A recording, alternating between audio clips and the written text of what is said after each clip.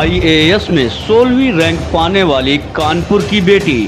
As a person in administration मतलब प्रशासन में काम करते हुए मुझे सबसे पहले मैं यही कोशिश करूंगी कि सरकार की जितनी भी नीतियां हैं, जितनी भी पॉलिसीज़ हैं, मैं ये देखूं कि वो सही से इम्प्लीमेंट हो रही हैं कि नहीं। जो उनके एकदम एग्जैक्ट बेनिफिशरीज़ हैं उनको वो फ़ायदा मिल रहा है कि नहीं, इन सब पे पूरा ध्यान दूंगी। साथ के साथ ही लॉ एंड ऑर्डर पे पूरा फोकस रखूंगी कि ऐसी कोई भी कानून व्यवस्था में ऐसा कहीं कोई भी स्थिति ना चरमराए जिससे कि लोगों के साथ अपराध हो, लोग अपराध ग्रसित हों, उनके साथ ऐसी कोई भी घटना हो। और मैं साथ के साथ ही कोशिश करूंगी कि कम्युनिटी पार्टिसिपेशन पर ध्यान दूं।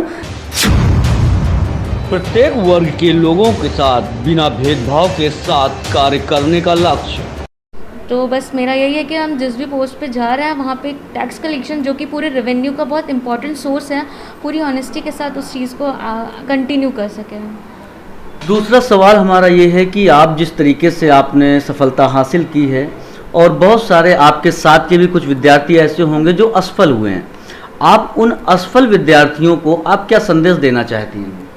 मुझे बस एक ही चीज़ बोलनी है कि अगर आप किसी भी चीज़ के लिए हार्डवर्क करते हैं और वो भी पूरी ऑनेस्टी के साथ में करते हैं, चीटिंग नहीं करनी है आपको अपने साथ में, तो 6 to 8 hours study more than enough है। और बिना किसी भी दिन मतलब कंटिन्यूटी मेंटेन रहनी चाहिए, आपको एक भी दिन आपका जाना नहीं चाहिए और बिल्कुल भी डिमोटिवेट नहीं होना है। आपको एक एग्ज़ाम के लिए कंटिन्यू प्रयास करते रहना है और डेफिनेटली एक ना एक दिन आपका वो एग्ज़ाम बहुत ईजिली निकल जाएगा, आपको पता भी नहीं चलेगा।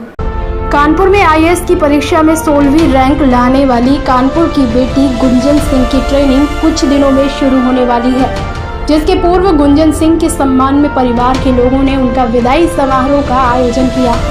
विदाई सम्मान में विधायिका नीलिमा कटियार ने कहा कि आज भारत बदल रहा है, जिसमें आपको कार्य करने की चुनौती स्वीकार करनी पड़ेगी, लेकिन किसी भी परिस्थितियों में अपने विश्वास को कभी भी मत खोना। आत्मनिर्भर भारत को सफल बनाने के लिए आपकी जिम्मेदारी बढ़ जाती है। गुंजन सिंह ने सभी परिवारीजनों का आशीष वचन स्वीकार करते हुए कहा कि आप लोगों द्वारा दिया गया मार्गदर्शन हमारे कार्य क्षेत्र में सहयोग करेगा। हूँ आपके साथ संकल्प सचान। इस वक्त हमारे साथ हमारे खास मेहमान हैं जिन्होंने IAS में टॉपर किया हुआ है और बहुत जल्द ये ट्रेनिंग के लिए भी जाने वाली हैं। हम उनसे कुछ बात करेंगे, एक दो सवाल ऐसे करेंगे ताकि आपको जो जिम्मेदारियां मिल रही हैं उन जिम्मेदारियों को आप कैसे निभाएंगी, क्योंकि आप एक महिला हैं और आज के समय में उत्तर प्रदेश में कई सारी महिलाओं के साथ ऐसी गलत कार्य हो रहे हैं, गैंगरेप वगैरह, कई सारी ऐसी उत्तर प्रदेश में घटनाएं हुई हैं। यदि आपके सामने ऐसा कोई मामला सामने आता है, आप उसे कैसे निभाएंगी, क्योंकि आपके सामने बहुत सारी जिम्मेदारियां होंगी। जी, पहले तो आपका बहुत बहुत स्वागत है और PR न्यूज़ इंडिया आपको बहुत बधाई देता है, क्योंकि ये गर्व की बात है शहर के लिए, हमारे प्रदेश के लिए कि आपने क्वालिफाई किया और टॉप हो गई है। जी धन्यवाद। अब हम ये जानना चाहते हैं, जनता ये जानना चाहती है कि जिस तरीके से आगे चलकर आपको ज़िले की भी कमान दी जा सकती है, उस स्थिति में जैसे कि इस वक्त चल रही हैं समस्याएं, आप शायद समाचारों में देख भी रही होंगी, ऐसी स्थितियों में आपको क्या लगता है कैसे इनको आपको सामना करना चाहिए? जी, जैसे कि आपने इन सभी समस्याओं के बारे में बात की जिन्हें आजकल हम बर्निंग इश्यूज़ या ब्रेकिंग न्यूज़ कह रहे हैं, डेफिनेटली ये एक बहुत ढेर सारी जो ये हम एक दिक्कतें देख रहे हैं, इनके पीछे बहुत ढेर सारे रीज़न्स हैं। लॉ एंड ऑर्डर हो सकता है, हमारे एक सोशल जस्टिस की बात कर सकते हैं हम अपने सोसाइटी में। तो as a person in administration मतलब प्रशासन में काम करते हुए मुझे सबसे पहले मैं यही कोशिश करूंगी कि सरकार की जितनी भी नीतियां हैं, जितनी भी पॉलिसीज़ हैं, मैं ये देखूं कि वो सही से इम्प्लीमेंट हो रही हैं कि नहीं।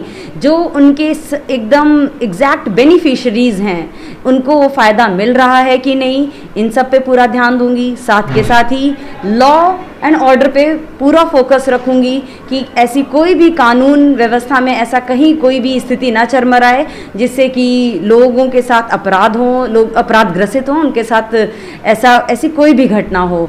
और मैं साथ के साथ ही कोशिश करूँगी कि कम्युनिटी पार्टिसिपेशन पर ध्यान दूँ। एक सिर्फ जब तक मेरी फील्ड की जॉब होगी, मैं कोशिश करूँगी कि मैं हमेशा फील्ड पर ही रहूँ, लोगों के साथ रहूँ और उनकी दिक्कतें उनसे पूछ करके उन्हीं के साथ मिल करके उसका सलूशन ढूंढूँ। जैसे कि कुछ जानकारी मिली है कि आप एक जॉब कर रही थी, शायद प्राइवेट जॉब कर रही थी, उस जॉब को छोड़ने के बाद आपने आईएएस की तैयारी करने का विचार आया। ऐसा क्या आपने देखा आईएएस में कि आपको क्या लगा कि मैं इस पे और क्या बेहतर कर सकती हूँ? मैंने जब ये आईएएस की तैयारी का एक मकसद, एक मन बनाया था, तो वो मेरे कॉलेज के दिनों में ही था।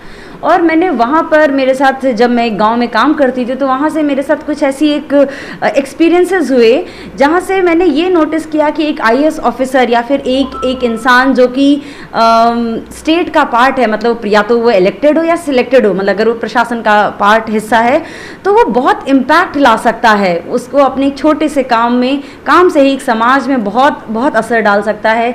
इन्हीं सब भावनाओं को देखते हुए मैंने सोचा कि ये अगर मैं आती हूँ इसमें, तो मैं एक सोशल सर्विस की मेरे अंदर एक हमेशा से एक भावना रही है, मैं उसको बहुत अच्छे तरीके से उसका पालन कर पाऊँगी। तो इसलिए ही मैंने आईएएस की तैयारी शुरू की। बिल्कुल, जैसे कि आपसे बात हुई और मैं बहुत ज़्यादा आपका वक्त नहीं लूँगा, और मैं भी जानता हूँ आप सुबह से बिजी होंगी, बहुत सारे काम रहते हैं। और एक छोटा सा सवाल मेरा है आपके लिए। ये सवाल है कि जैसे कि प्रत्येक वर्ष करीब 6 से 7 लाख विद्यार्थी उसमें आपके एग्ज़ाम में बैठते हैं, और जो सिलेक्टेड विद्यार्थी होते हैं वो बहुत ज़्यादा होते हैं, तो 1800। तो जो विद्यार्थी सिलेक्शन में नहीं आ पाते हैं, नहीं सेलेक्ट हो पाते हैं, उन विद्यार्थियों को आप क्या संदेश देना चाहती हैं? मैं उन सभी विद्यार्थियों, उन सभी एस्पिरेंट्स के लिए जो कि ना सिर्फ ये सिविल सर्विसेज, बाकी किसी भी कॉम्पिटिटिव परीक्षा की तैयारी कर रहे हैं या फिर किसी भी एक ऐसी परीक्षा की तैयारी कर रहे हैं जिसमें लगातार अगर वो असफल हो रहे हैं, तो मैं उन सबको बताऊंगी कि मैं आपके सामने एक जीता जाता एग्जाम्पल हूँ जिसका ये तीसरा अटेम्प्ट था, जिसके पहले अटेम्प्ट में प्रीलिम्स भी नहीं निकला था।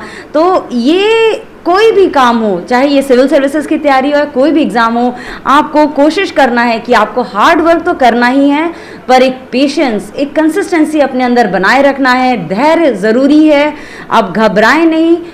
अगर आप कोई एक बड़ी तैयारी के लिए तैयार हो, मतलब अपने आप को प्रिपेयर कर रहे हैं, तो ये सब छोटी मोटी अड़चनें, इनसे अपने फेलियर से सीखें और आगे बढ़ें। तो इस वक्त हमारे साथ गुंजन जी थी, जिन्होंने अपना एक्सपीरियंस और अपना पूरा अनुभव आपके साथ साझा किया। उन्होंने बताया कि जो विद्यार्थी असफल होते हैं उन्हें किस प्रकार से अपना आगे प्रयास करना चाहिए ताकि आगे आने वाले समय में वो सफल हो सकें। इस वक्त हमारे साथ दूसरे मेहमान भी हैं, हम उनसे भी बात करेंगे। तो बस मेरा यही है कि हम जिस भी पोस्ट पे जा रहे हैं वहाँ पे टैक्स कलेक्शन, जो कि पूरे रेवेन्यू का बहुत इंपॉर्टेंट सोर्स है, पूरी ऑनेस्टी के साथ उस चीज़ को कंटिन्यू कर सकें। दूसरा सवाल हमारा ये है कि आप जिस तरीके से आपने सफलता हासिल की है, और बहुत सारे आपके साथ के भी कुछ विद्यार्थी ऐसे होंगे जो असफल हुए हैं, आप उन असफल विद्यार्थियों को आप क्या संदेश देना चाहती हैं? मुझे बस एक ही चीज़ बोलनी है कि अगर आप किसी भी चीज़ के लिए हार्डवर्क करते हैं और वो भी पूरी ऑनेस्टी के साथ में करते हैं, चीटिंग नहीं करनी है आपको अपने साथ में, तो 6 to 8 hours study more than enough है। और बिना किसी भी दिन, मतलब कंटिन्यूटी मेंटेन रहनी चाहिए, आपको एक भी दिन आपका जाना नहीं चाहिए और बिल्कुल भी डिमोटिवेट नहीं होना है। आपको एक एग्ज़ाम के लिए कंटिन्यू प्रयास करते रहना है और डेफिनेटली एक ना एक दिन आपका वो एग्ज़ाम बहुत इजीली निकल जाएगा, आपको पता भी नहीं चलेगा। आप लोगों के सपनों को सफल बनाने की पूरी कोशिश करूंगी। गुंजन सिंह के मौसा संजय कटियार ने मंच का संचालन करते हुए गुंजन सिंह और आकांक्षा सिंह को बधाई दी। इस मौके पर गुंजन सिंह के पिता बाबूराम कटियार, मनोरमा कटियार, उपेंद्र कटियार, प्रतिभा कटियार, शिवशंकर कटियार, विशाल यादव, योगेंद्र, नरेंद्र, अमरनाथ जयंत मौजूद रहे। Bureau report, PR news.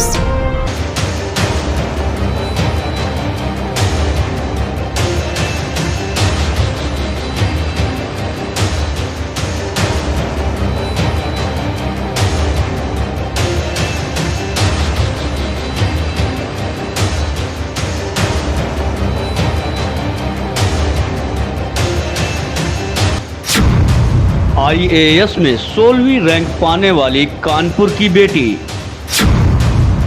प्रत्येक वर्ग के लोगों के साथ बिना भेदभाव के साथ कार्य करने का लक्ष्य।